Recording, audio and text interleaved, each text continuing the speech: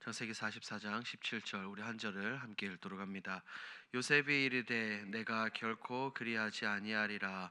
자니 그 손에서 발견된 자만 내 종이 되고 너희는 평안히 너희 아버지께로 도로 올라갈 것이니라.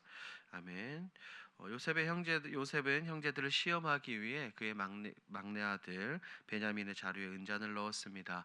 은잔이 발견되자 어떻게 되었습니까? 모든 형제들은 다시 애굽 이 총리 앞에 요셉 앞에 끌려왔고, 그 자리에서 유다가 나서서 그 가정의 살을 간절히 호소하며 베냐민을 지키려 하죠. 오늘 본문을 함께 더 살펴보도록 합니다. 내용 관찰 1번입니다. 유다는 은잔 사건에 대해 어떻게 책임지겠다고 제안합니까? 유다는 지금 발생된 이 은잔 사건 앞에서 하나님이 종들의 죄악을 드러내셨다라고 고백하며 자신과 형제들 모두가 요셉의 종이 되겠다고 분명하게 그가 지금 말하고 있습니다. 2번입니다. 유다는 자신들이 베냐민만 남기고 떠날 수 없는 이유를 어떻게 설명합니까? 유다는 이 총리 요셉에게 구구절절 설명하죠. 아버지 야곱이 이미 한 아들을 잃었다. 그래 인해서 지금 그가 사랑하는 베냐민만 남았다라고 설명을 합니다. 야곱인 아버지는 베냐민을 특별히 사랑하며 만일 베냐민마저 떠나게 되면 슬픔으로 죽게 될 것이다라고 그렇게 이야기를 합니다. 그래서 결코 베냐민을 두고 갈 수 없다라고 호소를 합니다. 그런데 왜 하필 첫째 르우벤이 아니라 유다가 이렇게 총리 요셉 앞에서 간곡하게 말하고 있을까요? 이 부분은 연구와 묵상에서 함께 살펴보도록 합니다. 연구와 묵상입니다. 유다는 왜 맏형인 르우벤이 있음에도 자신이 책임지려 나섭니까? 잠시 말씀을 드린 것처럼 르우벤이 아닌 유다가 나선 몇 가지 이유가 있습니다. 유다가 지금 이렇게 나섰다는 것은 단순한 순간의 용기가 아니라 그동안의 상황과 하나님 앞에서의 마음의 변화가 담겨 있는 거죠. 몇 가지 한번 살펴볼까요? 첫 번째, 이 맏형이 르우벤의 한계입니다. 르우벤은 맏형이었지만 과거 아버지의 첩과 동침한 사건이 있기 때문에 이미 그의 아버지 야곱에게 온 신뢰를 잃어버렸습니다. 실제로 창세기 42장에서 르우벤이 그의 아버지 야곱에게 이렇게 말했죠. 내 두 아들을 죽여줘도 좋으니 베냐민을 맡기라라고 이 르우벤이 야곱에게 요구를 했을 때 야곱은 그 제안을 전혀 받아들이지 않았습니다. 따라서 지도자로 본다면 지도자의 자리에서 르우벤을 리더의 자리에서 더 이상 무게를 발휘하지 못했던 겁니다. 두 번째, 유다의 변화입니다. 유다는 우리가 잘 알고 있는 것처럼 과거 요셉을 팔 때 요셉을 은 20에 팔자고 제안했던 인물입니다. 그러나 시간이 흐르며 유다는 자신의 죄와 책임을 깊이 깨닫게 되었고, 창세기 43장에서 베냐민을 반드시 데려오겠다라고 스스로 보증을 서기도 했습니다. 유다는 과거에 자신이 저지른 그 죄를 외면하지 않고 그대로 직면했으며 이제는 그 죄의 무게를 책임지는 태도로 이 총리 앞에 요셉 앞에 나아갔던 겁니다. 세 번째, 유다는 단순히 말로만 입으로만 책임을 말했던 것이 아닙니다. 실제로 유다는 내가 대신 종이 되겠다라고 제안하며 스스로를 자신을 희생하려고 했죠.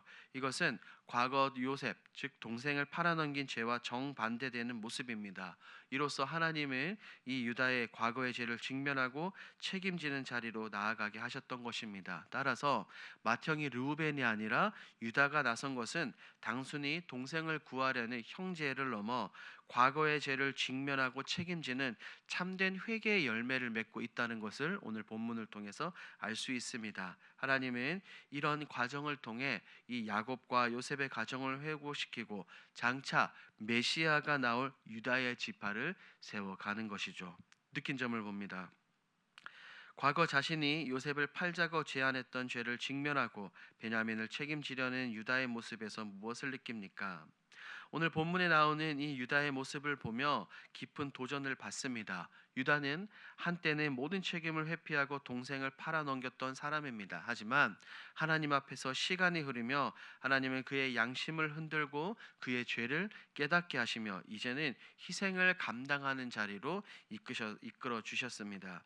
이 모습을 통해서 깨닫는 것은 진정한 잘못, 진정한 회개는 말로만 입으로만 잘못했습니다라고 고백하는 데 그치지 않고 과거의 죄와 정반대되는 행동과 정반대되는 길을 선택하는 데 있다는 것을 깨닫게 됩니다. 유다는 자신이 저질렀던 이 과거의 죄를 숨기거나 도망하지 않았습니다. 오히려 그의 죄 앞에서 죄를 직면하고 그 자리에서 책임을 지려는 결단을 했죠. 이런 모습이 바로 우리 하나님께서 기뻐하시는 그리스도인, 하나님께서 기뻐하시는 회개의 열매입니다.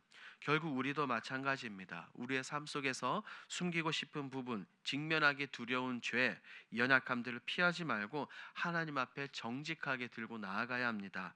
그럴 때 하나님은 그 자리에서 그 자리에서 우리에게 회복과 은혜의 길을 열어 주신다는 것을 본문을 통해 깨닫게 됩니다. 적용입니다. 최근 내가 외면하거나 회피했던 죄는 무엇입니까?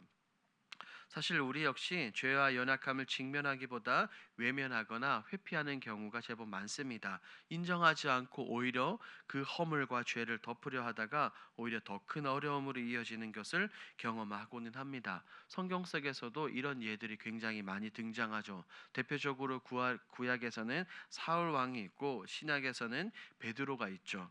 이처럼 차이는 분명합니다. 죄를 감추고 회피하면 결국에 실패와 심판으로 끝나지만 그것을 대면하고 책임지고 나아갈 때 하나님은 그 사람에게 우리에게 회복과 새로운 길을 열어 주시는 것입니다.